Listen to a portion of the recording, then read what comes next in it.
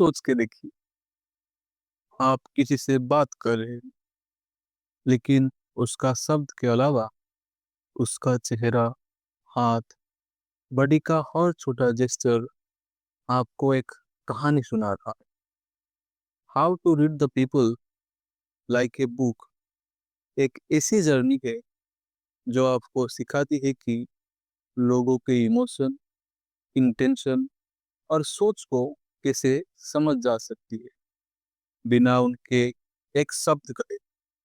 या सिर्फ आंखों से देखना नहीं, बल्कि दिल और दिमाग से महसूस करना है।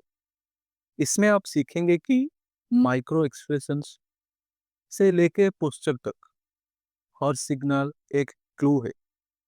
और जब आप ये कला मास्टर कर लेते हैं, दुनिया की हर बातचीत एक खुली किताब बन जाती है। तो आइए आरंभ करते हैं। दूसरे लोगों को समझना, उनकी मोटिवेशन पकड़ना और कभी-कभी उनके एक्शन का अंदाज लगाना एक सुपर पावर लगता है।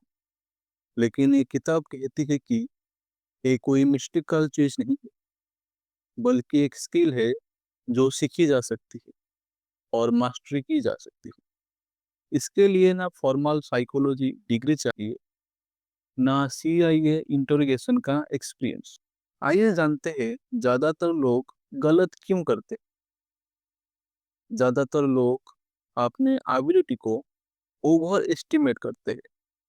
मतलब सोचते हैं कि वो दूसरे को बहुत अच्छे से समझ लेते हैं, लेकिन रियलिटी में वो कॉन्फर्मेशन बायस का शिकार होते हैं। करेक्ट गेस या असेसमेंट याद रखते हैं, लेकिन जो गलत हुए उनको इग्नोर या जस्टिफाई कर देते हैं। इफेक्टिव पीपल रीडिंग के लिए मेथोडिकल, लॉजिकल अप्रोच चाहिए। सिर्फ हॉन्चेस या इमोशनल रिएक्शन पर काम नहीं चलेगा। एक सिंगल सिग्नल रिलायबल नहीं होता। एनालिसिस तभी पॉसिबल है जब डाटा हो, एक डाटा पॉइंट से नहीं। और तभी जब हम ब्रॉडर ट्रेंड्स देख सकते हैं। हर क्लू का मतलब कल्चर और सिचुएशन के हिसाब से बदलता है। जैसे आई कांटेक्ट अमेरिका में नॉर्मल है, लेकिन जापान में रूड लग सकता है। अगर कोई एक ही अनयूजुअल काम 5 बार एक छोटी सी कन्वर्सेशन में करे, तो उस पर ध्यान देना चाहिए। किसी का नॉर्मल बिहेवियर समझना बहुत जरूरी है, वरना आप जो सिग्नल समझ रहे हो वो शायद उस इंसान का नॉर्मल हो, ना कि कोई स्पेशल इमोशनल सिग्नल। आपकी अपनी नेचर, जैसे paranoia, recent experiences, fears, assumptions बहुत असर डालती है। अगर आप अनअवेयर हो कि आप अपने नीड्स, फियर्स, अजम्पशन दूसरों पर प्रोजेक्ट कर रहे हो, तो आपके ऑब्जर्वेशन का ज़्यादा वैल्यू नहीं होगा।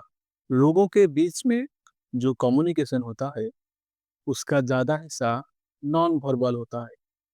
जो लोग कहते हैं वो अक्सर उनका असली मैसेज नहीं होगा। रिसर्च का हिसाब से सिर्फ 7% कम्युनिकेशन वर्बल होता है, 38% टोन ऑफ वॉइस से आता है, 55% बॉडी लैंग्वेज से।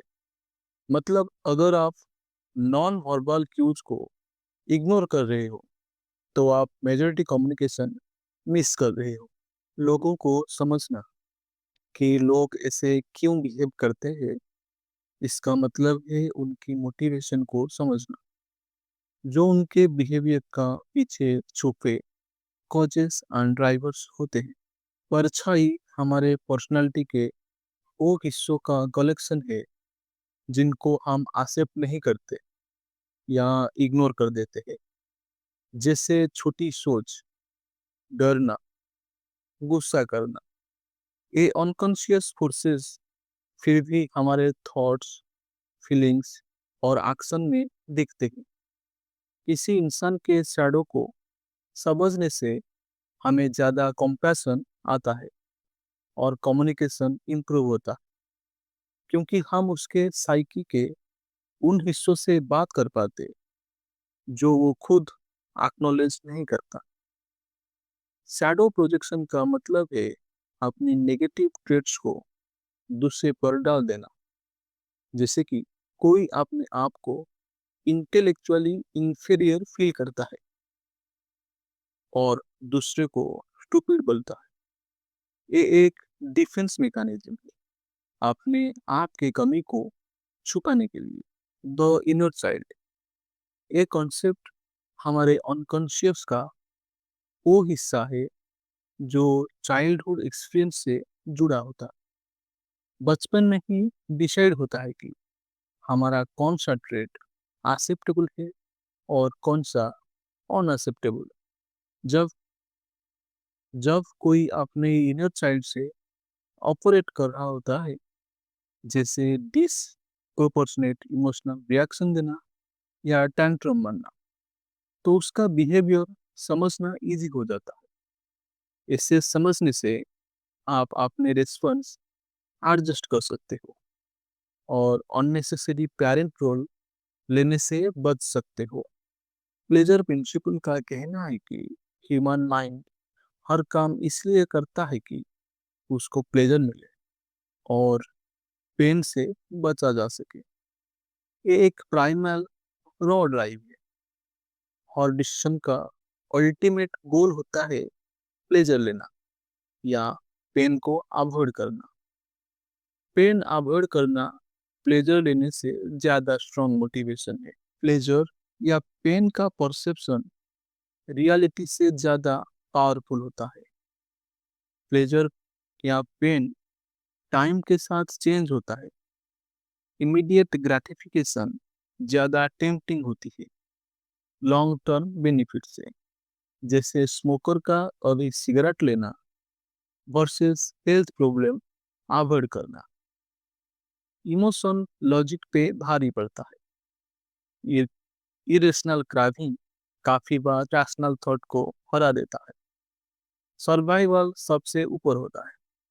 जब लाइफ थ्रेटनिंग सिचुएशन होता है तो सारे साइकोलॉजिकल और इमोशनल फंक्शंस सर्वाइवल पे फोकस करते हैं। मास्लोस पिरामिड ये मॉडल दिखाता है कि इंसानी नीड्स कैसे इवॉल्व होते हैं, बेसिक फिजियोलॉजिकल नीड से लेके सबसे ऊपर सेल्फ एक्चुअलाइजेशन तक।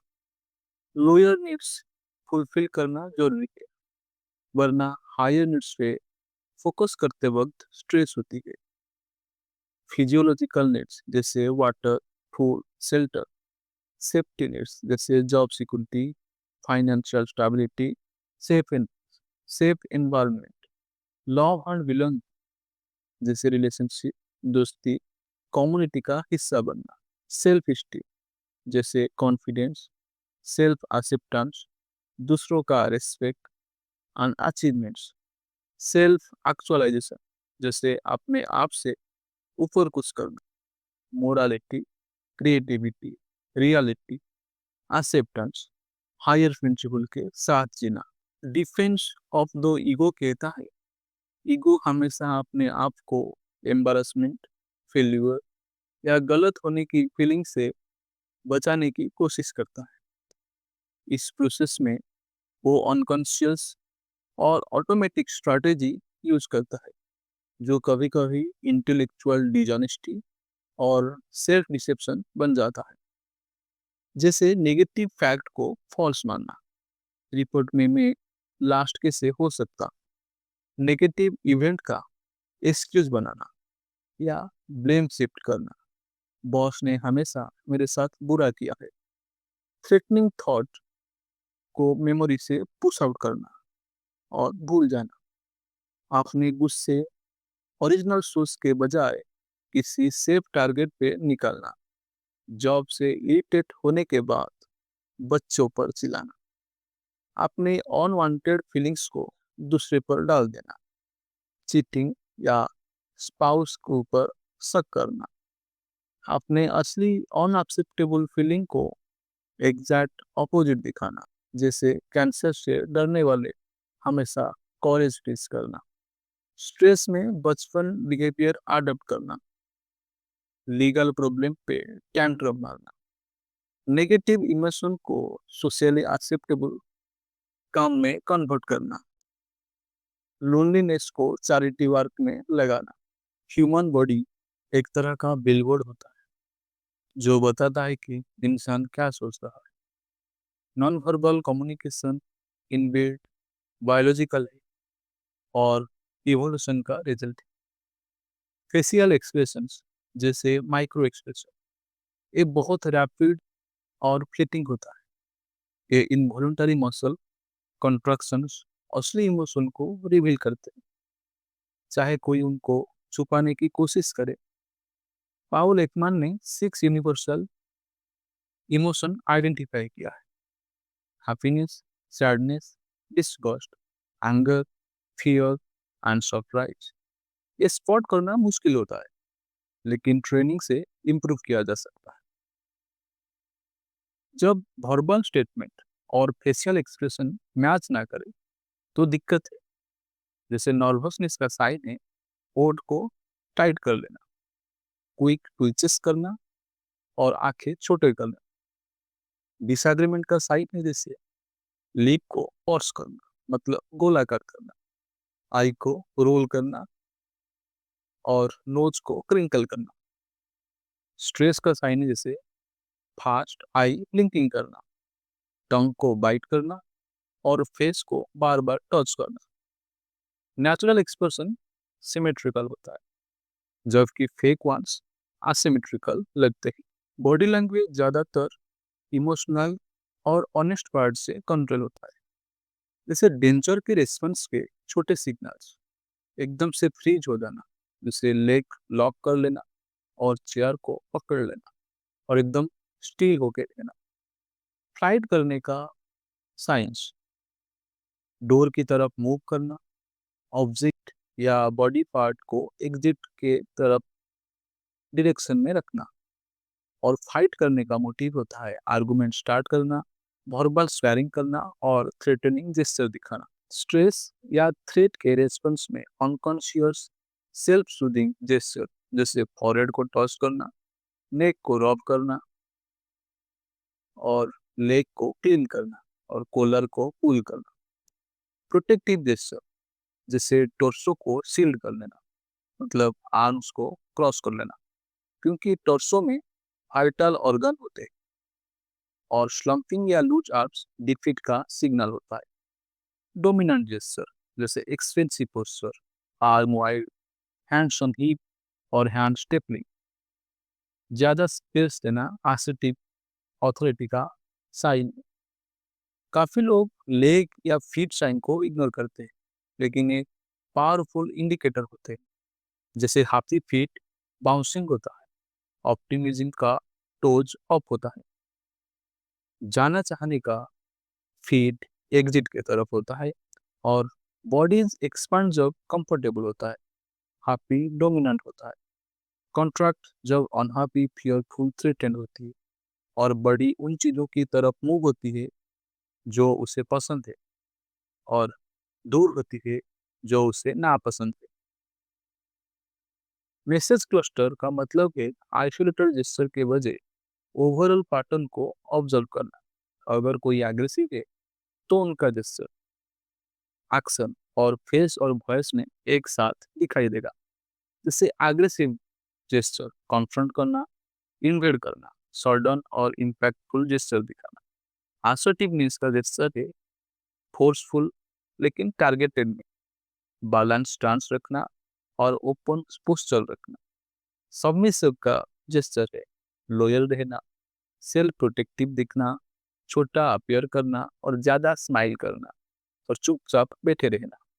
रिलैक्सेशन का जेस्चर है जैसे लूज, ऑन क्रॉस्ड लेग्स रखना, ऑन गार्डेड फेस रखना, इजी स्पीच रहना और आउटर क्लोथिंग रिमूव करना। रोमांटिक जेस्चर है जैसे खुद को और पास लोगों को टच करना, लॉन्ग आई कांटेक्ट करना। वॉइस भी ह्यूमन बॉडी का फिजियोलॉजिकल पार्ट है। वॉल्यूम, पिच, स्पीड में सटल शिफ्ट डिफरेंट जेस्चर का साथ आता है।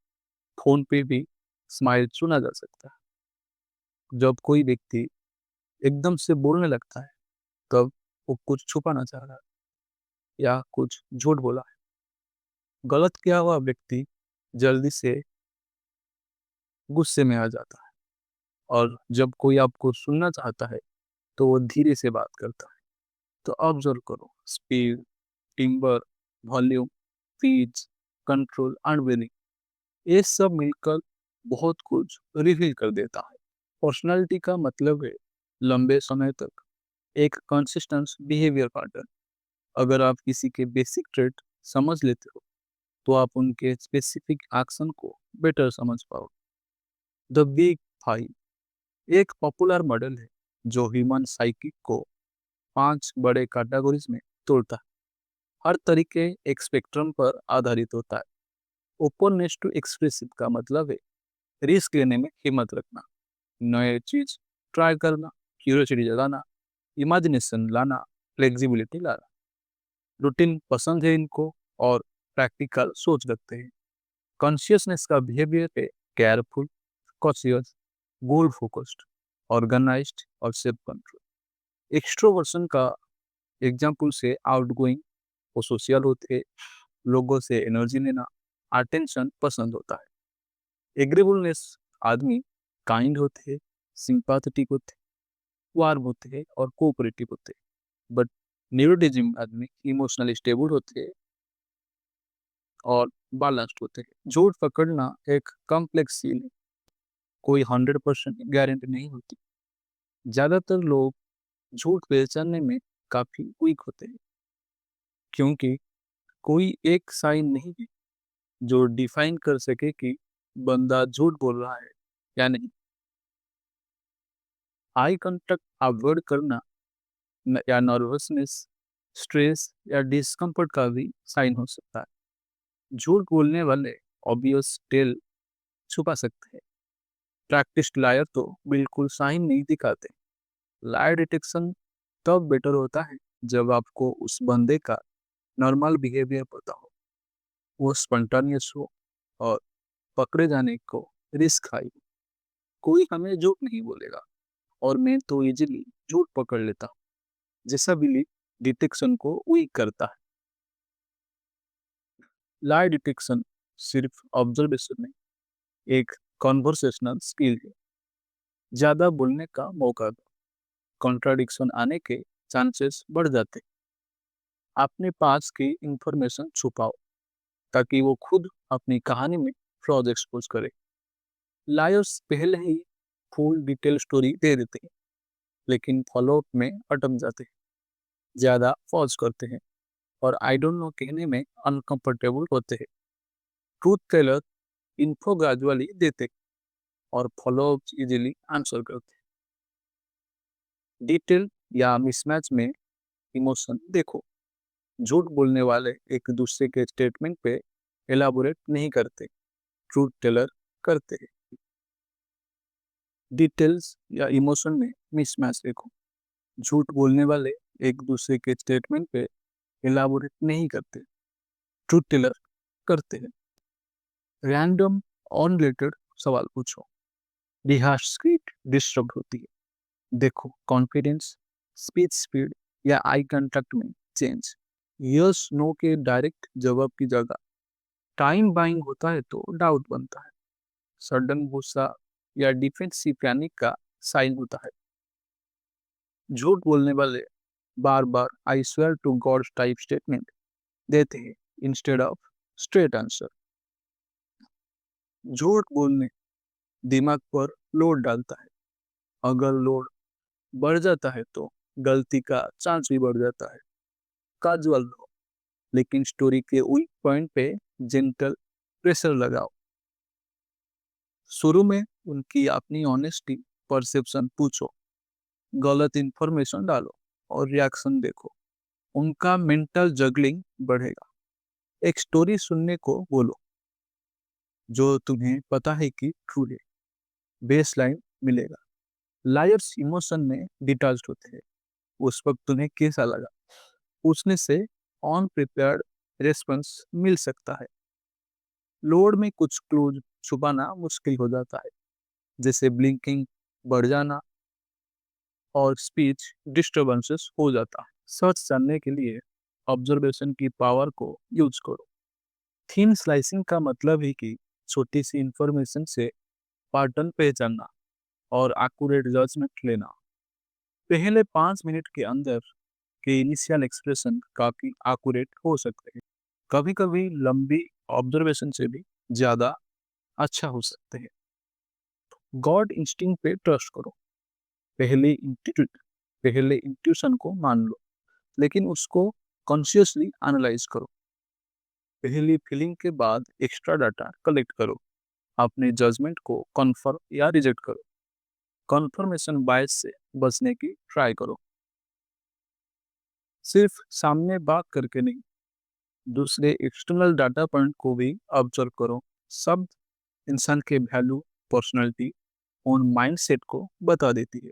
जैसे आई, मी, माई यूज करने वाले आदमी एक्सट्रोवर्ट होते हैं और वी यूज करने वाले आदमी अकेला होते हैं। ही एंड सी यूज करने वाले आदमी दूसरों को ब्लेम करने में विश्वास रखते हैं। जब कोई व्यक्ति छोटी बात पे हेट या सी कफ यूज करता है, तो उसका मतलब है वो आदमी स्ट्रेस में होता है। झूठ बोलने वाले ज्यादा कॉज एंड इफेक्ट की यूज नहीं करते। इसका मतलब है क्योंकि उसको बनाना मुश्किल है। जब लोग बड़े बड़े वर्ड की यूज करते हैं, उसका मतलब है कि वो खुद को स्मार्ट दिखाने की कोशिश करते हैं। मेटाफोर यूज करने का मतलब है मेटाफोर यूज करने का मतलब है वो आदमी आप पे इंटरेस्ट रखता है। सेम फेस को बार बार रिपीट करने का मतलब है वो आपसे एग्रीमेंट चाहते हैं। शेरलॉक होम वाली रीडिंग के यूज करो। जैसे कपड़े से पता चल सकता है कि व्यक्ति का gender, identity, culture, age, social status, occupation, personality और रिलीजन। कॉन्टेक्स्ट फिट में जैसे सिचुएशन के हिसाब से ड्रेसिंग का मैच होना। केयर और एफर्ट भी उनके फेशियल एक्सप्रेशन जैसे डिप्रेशन या हैप्पीनेस में पता चलता है। स्टाटस मार्कर्स जैसे uniform, batches and luxury items होते हैं। ओपननेस आदमी का गेस्ट को वेलकम करने का जरिया है। नीटनेस उनका कॉन्शियसनेस एंड ओपननेस दिखाता है। एस्पिरेशन जैसे डेकोर और स्पेंडिंग हैबिट से पता चलता है। ऑनलाइन के जरिया पे लोगों को जाना जा सकता है। जैसे ईमेल की टाइमिंग, अगर रात को काम करना है, इसका मतलब है वो एंजाइटी एंड क्रिएटिविटी भी हो सकता है। Social media images, neutral solo pic का मतलब है ओपननेस। स्माइलिंग ग्रुप पिक का मतलब है एक्सट्रोवर्ट। और ट्रैवल पिक का मतलब है उनको ट्रैवल करना पसंद है। हैंडशेक जैसे धीरे से करना slow and low self esteem दिखाता है। स्वेटी पाम एंजाइटी दिखाता है। बहुत जोर से करना डोमिनेंस दिखाता है। और दोनों हाथों से करना सिंसियरिटी दिखाता है। ऑफिस में सोशल मीडिया से ज्यादा एक्यूरेट प्रेडिक्शन होता है। ऑथर बताते हैं कि अगर आप एक आदमी को बहुत अच्छे तरीके से जानना चाहते हो, तो उनको कुछ स्मार्ट क्वेश्चन पूछो। जैसे किस प्राइस के लिए तुम हार्डेस्ट काम करोगे और किस पनिशमेंट के बचने के लिए।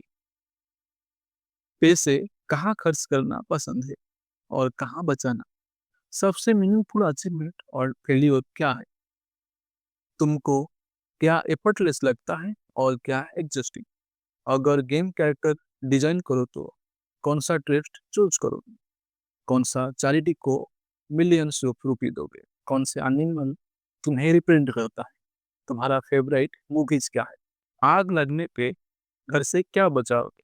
सबसे ज्यादा किस चीज से डरते। Thank you for listening to this audio.